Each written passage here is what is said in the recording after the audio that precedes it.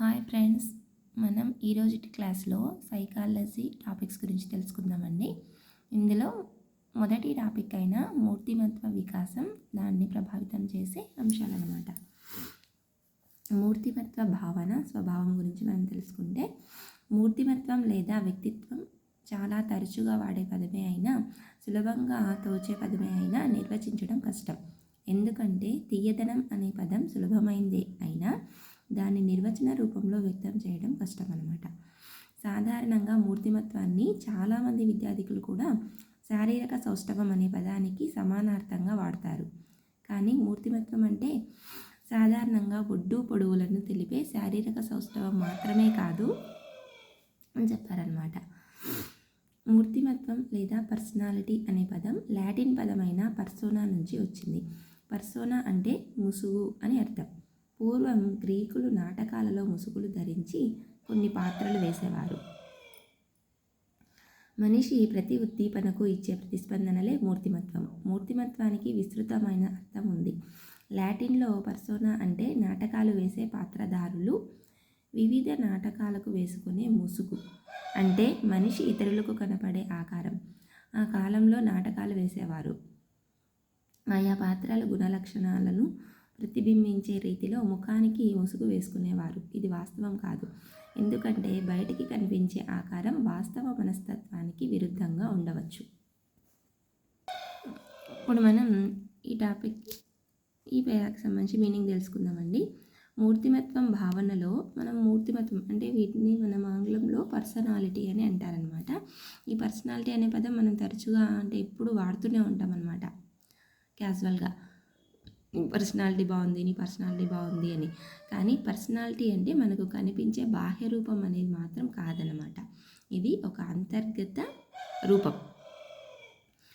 ఇది పర్సనాలిటీ అంటే ఈజీ కదా, మనం డైలీ వాడుతూ ఉంటాం.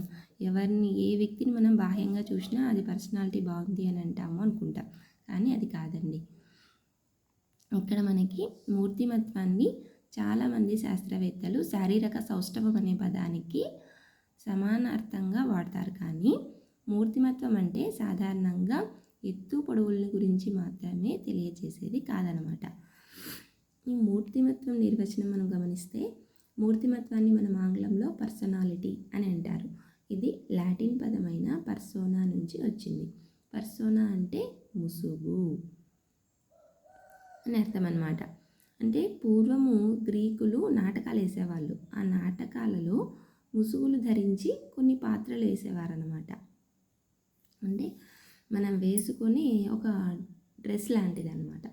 ఇప్పుడు మనిషి అందంగా కనిపించాలి అంటే మనం ఏ డ్రెస్ వేసుకుంటే అలా అందంగా కనిపిస్తాం కదండి. అంటే మనం వేసుకొని ఆ డ్రెస్ని బట్టి మన యొక్క అందం అనేది తెలుస్తుంది. అంటే మనం ధరించే పాత్రను బట్టి మన యొక్క వ్యక్తిత్వం అనేది వస్తుందన్నమాట.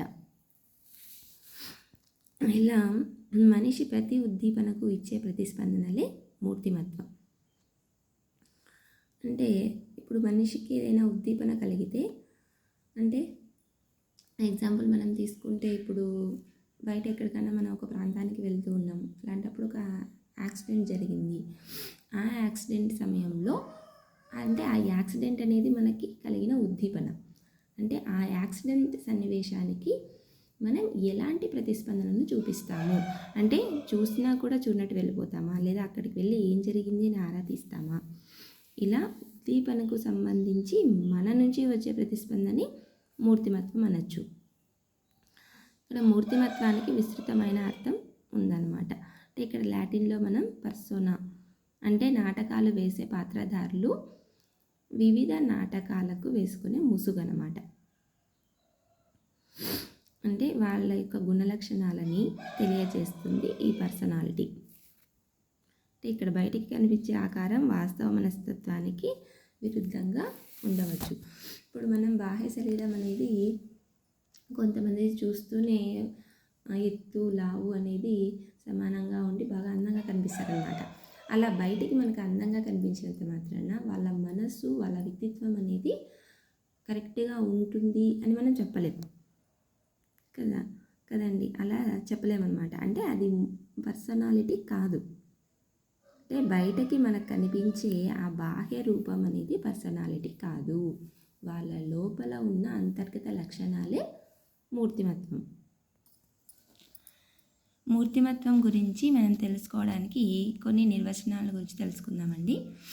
ఇందులో ఐజింక్ అనే శాస్త్రవేత్త ఏం తెలియజేశారు, వ్యక్తిలోని సమగ్ర వాస్తవ ప్రవర్తన రీతులని మూర్తిమత్వం అంటారు అన్నారనమాట. ఇక్కడ ఏం చెప్పారు ఈయన, వ్యక్తిలో ఉన్న సమగ్ర వాస్తవ ప్రవర్తన రీతులు అంటే ఒక వ్యక్తిలోని అన్ని రకాల ప్రవర్తన అన్నమాట. అన్ని రకాలైన ప్రవర్తన అంటే ఎలా ఉంటారు, ఏ సిచ్యువేషన్ తగ్గట్టు వాళ్ళ అభిరుచులు ఎలా ఉంటాయి, వైఖరులు ఎలా ఉంటాయి, సామర్థ్యాలు ఎలా ఉంటాయి, వాళ్ళ యొక్క ఉద్దీపనలు ఎలా ఉంటాయి, ప్రతిస్పందనలు ఎలా ఉంటాయి, తర్వాత సహజ సామర్థ్యాలు ఎలా ఉంటాయి, ఇవన్నీ తర్వాత ఆపద వచ్చినప్పుడు వాళ్ళు ఏ విధంగా స్పందిస్తారు, ఇలాంటివన్నీ అనమాట. అంటే ఒక వ్యక్తిలో ఉన్న అన్ని రకాలైన ప్రవర్తన రీతులని మూర్తిమత్వం అన్నారనమాట. ఎవరి ప్రకారం, ఐజింక్. ఆల్పోర్ట్ ఏం చెప్పారు అంటే, మనిషి పరిసరాలతో సర్దుబాటు చేసుకోవడానికి ఉపకరించే ప్రత్యేకమైన అనువైన విస్తృతమైన శారీరక మానసిక రీతులని మూర్తిమత్వం అని అంటారు. అంటే నేను ఆల్పోర్ట్ ఏం చెప్పారండి, మనిషి పరిసరాలతో సర్దుబాటు చేసుకోవాలి అంటే ఉపయోగపడే, అది ప్రత్యేకమైనగా ఉండాలి, అనువుగా ఉండాలి, విస్తృతమైన శారీరక మానసిక రీతులు అన్నమాట. ఇప్పుడు ఒక వ్యక్తి ఒక ప్రాంతానికి కొత్తగా వచ్చారు, అక్కడ నివసించాలి అనుకున్నారు. అక్కడ నివసించాలి అనుకున్నప్పుడు ఆ ప్రాంతంలోని పరిసరాలతో అడ్జస్ట్ అవ్వాలి, అలాగే ఆ ప్రాంతంలోని వ్యక్తులతో కూడా అడ్జస్ట్ అవ్వాలి. అలా అడ్జస్ట్ అవ్వాలి అంటే వాళ్ళకి అక్కడ ఉన్న పరిస్థితులే తనకు అనువుగా మలుచుకోవాలి, దాన్నే మనం విశాలంగా చూసుకోవాలి, దానికి తగ్గట్టు మన శారీరక మానసిక ప్రవర్తనల్ని కూడా సర్దుబాటు చేసుకోవాల్సి ఉంటుందన్నమాట. దీన్ని మొత్తంగా మనం తెలుసుకుంటే వ్యక్తి పరిసరాలకు అనుగుణంగా సర్దుబాటు చేసుకోవడమే మూర్తిమత్వం అని చెప్పారు. ఎవరి ప్రకారం అండి, ఆల్పోర్ట్. ఐజింక్ ఏం చెప్పారంటే, ఐజింక్ అన్నాం కాబట్టి ఐజింక్ మధ్యలో సా ఉంది కాబట్టి సమగ్ర ప్రవర్తన తీరు. ఆల్పోర్ట్ ఏం చెప్పారు, సర్దుబాటు చేసుకోవడం.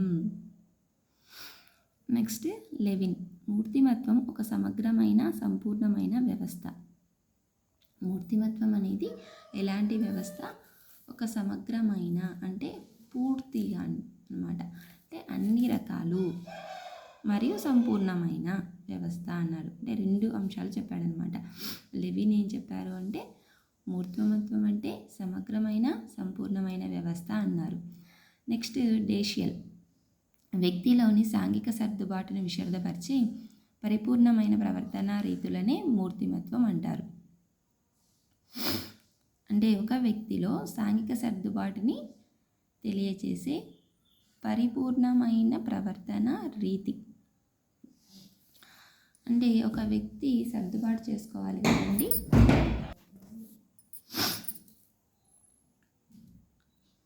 వ్యక్తిలోని సాంఘిక సర్దుబాటును విశదపరిచే పరిపూర్ణమైన ప్రవర్తన రీతి అన్నమాట. ఇది డేషియల్ చెప్పిన ప్రకారం. అంటే ఒక వ్యక్తిలో అన్ని రకాల సర్దుబాట్లు ఉంటాయి, అంటే భౌతిక సర్దుబాటు, మానసిక సర్దుబాటు, ఉద్వేగ, భాష, చలన, ఇలాంటి సర్దుబాట్లన్నీ ఉంటాయి కదండి. వాటిలో ముఖ్యంగా సాంఘిక సర్దుబాటు అంటే ఇతరులతో కలిసినప్పుడు ఏ విధంగా మనం సర్దుబాటు చేసుకుంటాం, అంటే సమాజంతో ఏ విధంగా సర్దుబాటు చేసుకుంటాం అనే అంశాల గురించి తెలియజేసే అంశమే మూర్తిమత్వం అన్నారనమాట. అంటే డేషియల్. నెక్స్ట్ వాట్సన్ ఏం చెప్పారు అంటే, దీర్ఘకాల వాస్తవ పరిశీలన ద్వారా వ్యక్తమయ్యే విశ్వసనీయమైన క్రియాత్మక శక్తుల సముదాయమే మూర్తిమత్వం అన్నాడు.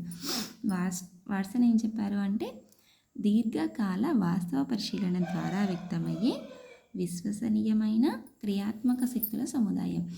అంటే ఎక్కువ కాలం మనం వాస్తవంగా పరిశీలించిన అంశాల ద్వారా, అంటే మనం ఏవైతే చూస్తామో, ఏ పరిస్థితులను అయితే అనుభవిస్తామో ఆ పరిస్థితులని బట్టి మన నుంచి వచ్చే ప్రతిస్పందనలు అవి విశ్వసనీయంగా మరియు క్రియాత్మకంగా ఉన్న శక్తుల సముదాయమే మూర్తిమత్వం అని చెప్పారు. ఎవరి ప్రకారం అండి? వాట్సన్ ప్రకారం. నెక్స్ట్, వ్యక్తి తన జీవితంలో అధిక సమయాల్లో వ్యక్తం చేసే తనదైన శైలిలోని ప్రత్యేక ప్రవర్తనా తీరును వ్యవస్థీకరించి నిర్ధారణ చేసేందుకు సహకరించే వ్యక్తిలోని శారీరక మనస్తత్వ అంశాల వ్యవస్థ సమూహమే మూర్తిమత్వం అని కింబాల్ యంగ్ నిర్వచించారు. నేనేం చెప్పారండి? వ్యక్తి తన జీవిత కాలంలో అంటే తన జీవితంలో ఎక్కువ సమయంలో వ్యక్తం చేసే తనదైన శైలిలో ప్రత్యేక ప్రవర్తనా తీరును వ్యవస్థీకరించి నిర్ధారణ చేసేందుకు సహకరించే వ్యక్తిలోని శారీరక మనస్తత్వ అంశాల వ్యవస్థల సమూహమే మూర్తిమత్వం అని అన్నారనమాట. అంటే జీవితకాలంలో ఎక్కువ సమయంలో మనం పరిశీలిస్తే ఎక్కువ సమయంలో ఎన్నో రకాల పరిస్థితులు మనం ఫేస్ చేసి ఉంటామన్నమాట. ఆ పరిస్థితుల్లో వ్యక్తం చేసే వ్యక్తం చేసే అంశాలు ఎలా ఉంటాయి అంటే తన యొక్క మూర్తిమత్వాన్ని బట్టి ఉంటాయి.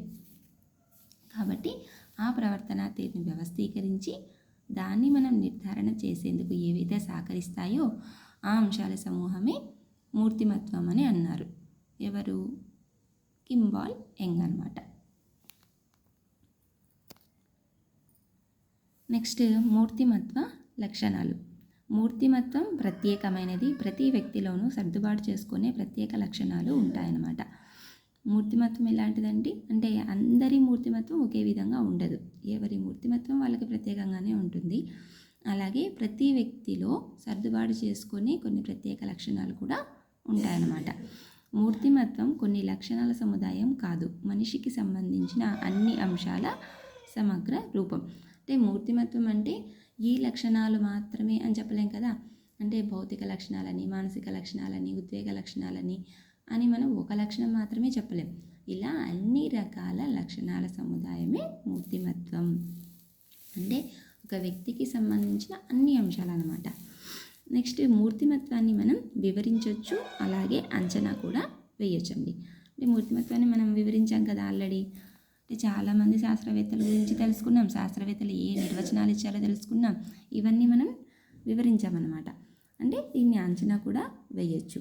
ప్రతి ఒక్కరి మూర్తిమత్వ వికాసం వంశపారపర్య లక్షణాలు, పరిసరాలపై ఆధారపడి ఉంటుంది. అంటే ప్రతి ఒక్కరి మూర్తిమత్వ వికాసం ఎలా మనం తెలుసుకుంటాము? ఏది అంటే ఏ అంశాల మీద అది ఆధారపడి ఉంటుంది అంటే వంశపారంపర్య లక్షణాలు, వాళ్ళ వంశంలో ఉన్న లక్షణాలని బట్టి వాళ్ళ మూర్తిమత్వం అనేది ఉంటుంది. అలాగే వాళ్ళు నివసించే పరిసరాలని బట్టి ఉంటుంది. మూర్తిమత్వాన్ని వ్యక్తి లక్షణాల ద్వారా అంచనా వేయవచ్చు.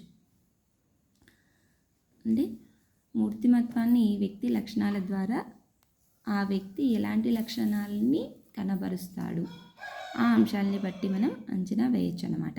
అలాగే మూర్తిమత్వం అనేది స్థిరంగా ఉంటుంది కానీ స్తబ్దంగా ఉండదు. ఇది చూడండి, మూర్తిమత్వం అనేది స్థిరంగా ఉంటుంది కానీ స్తబ్దంగా ఉండదు. అంటే ఎవరి మూర్తిమత్వం ఎలా ఉంటుందో, అంటే ఏ లక్షణాలు అయితే వాళ్ళకు ఉంటాయో, ఏ పరిసరాలని బట్టి వాళ్ళ యొక్క సర్దుబాటు తత్వం ఉంటుందో అది అలాగే ఉంటుంది. కానీ అవే లక్షణాలు కరెక్ట్గా ఉంటాయి ఫస్ట్ నుంచి లాస్ట్ వరకు అని మాత్రం ఉండదన్నమాట. అంటే ఏ ఏ సన్నివేశాలకు తగ్గట్టు వాళ్ళ యొక్క ప్రతిస్పందనలు అనేవి ఒక్కొక్క విధంగా ఉంటాయి. అది స్తబ్దంగా ఉండదు. అంటే నెక్స్ట్, అభ్యసన అనుభవాల ద్వారా మూర్తిమత్వం అనేది ఏర్పడుతుంది. మూర్తిమత్వంలో స్వీయ చేతనత్వం ముఖ్యమైన అంశం. అభ్యసన అనుభవాల ద్వారా మూర్తిమత్వం అనేది ఏర్పడుతుంది. అదే కదండి, అభ్యసించడం ద్వారా మరియు వాళ్ళ యొక్క అనుభవాల ద్వారా మూర్తిమత్వం అనేది ఏర్పడుతుంది. మూర్తిమత్వంలో స్వీయ చేతనత్వం అనేది ముఖ్యమైన అంశం అన్నమాట.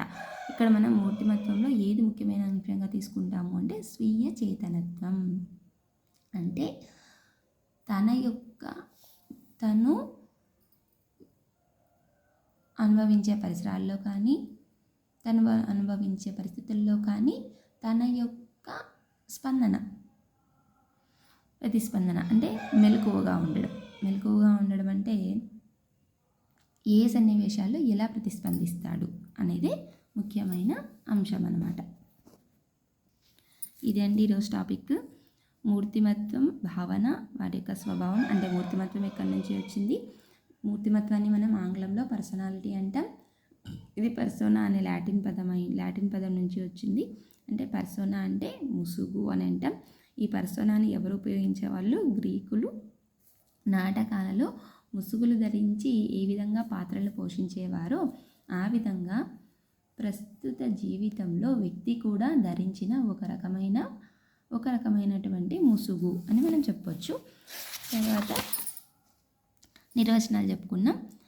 ఐజెంక్, ఆల్పోర్ట్, లెవిన్. ఐజెంక్ ఏం చెప్పారంటే ఒక్క మాటలో మనం తెలుసుకుంటే సమగ్రమైన వాస్తవ ప్రవర్తన రీతి. ఆల్పోర్ట్ ఏం చెప్పారు అంటే సర్దుబాటు చేసుకోవడానికి ఉపకరించే ప్రయత్నం. నెక్స్ట్ లెవిన్ ఏం చెప్పారు అంటే సమగ్రమైన మరియు సంపూర్ణమైన వ్యవస్థ. డేషియల్ ఏం చెప్పారు అంటే సాంఘిక సర్దుబాటుని విషదపరిచేది అన్నారు. వాట్సన్ ఏం చెప్పారు అంటే ఎక్కువ కాలం పరిశీలించడం ద్వారా విశ్వసనీయమైన క్రియాత్మకమైన శక్తుల సముదాయం అన్నారు. కింబాల్యంగ్ ఏం చెప్పారు అంటే వ్యక్తి తన జీవితంలో ఎక్కువ శాతం ఎలాంటి ప్రవర్తన రీతి అయితే వ్యక్తపరుస్తాడో ఆ అంశాలని మూర్తిమత్వం అన్నారన్నమాట. నెక్స్ట్ మూర్తిమత్వ లక్షణాలు తెలుసుకుంటే సింపుల్గా ఇది ప్రతి ఒక్కరికి ప్రత్యేకంగానూ ఉంటుంది, వేరుగాను ఉంటుంది. సర్దుబాటు చేసుకునే ప్రత్యేకమైన లక్షణాలు ఉంటాయి. ఇది ఒక లక్షణమే కాదు, అన్ని లక్షణాల సమగ్ర రూపం. మూర్తిమత్వాన్ని వివరించవచ్చు, అంచనా కూడా వేయచ్చు. తర్వాత వీటిలో వంశపారంపర్య లక్షణాలు పరిసరాలపై ఆధారపడి ఉంటుంది. మూర్తిమత్వాన్ని వ్యక్తి లక్షణాల ద్వారా అంచనా వేయవచ్చు. ఇది స్థిరంగా ఉంటుంది కానీ స్తబ్దంగా ఉండదు. తర్వాత అభ్యసన మరియు అనుభవాల ద్వారా మాత్రమే మూర్తిమత్వం ఏర్పడుతుంది. ఇందులోని ముఖ్యమైన అంశం స్వీయ చేతనత్వం. Thank you friends. ఈ క్లాస్ కనుక మీకు నచ్చినట్టయితే లైక్ చేసి, షేర్ చేసి, సబ్స్క్రైబ్ చేయండి.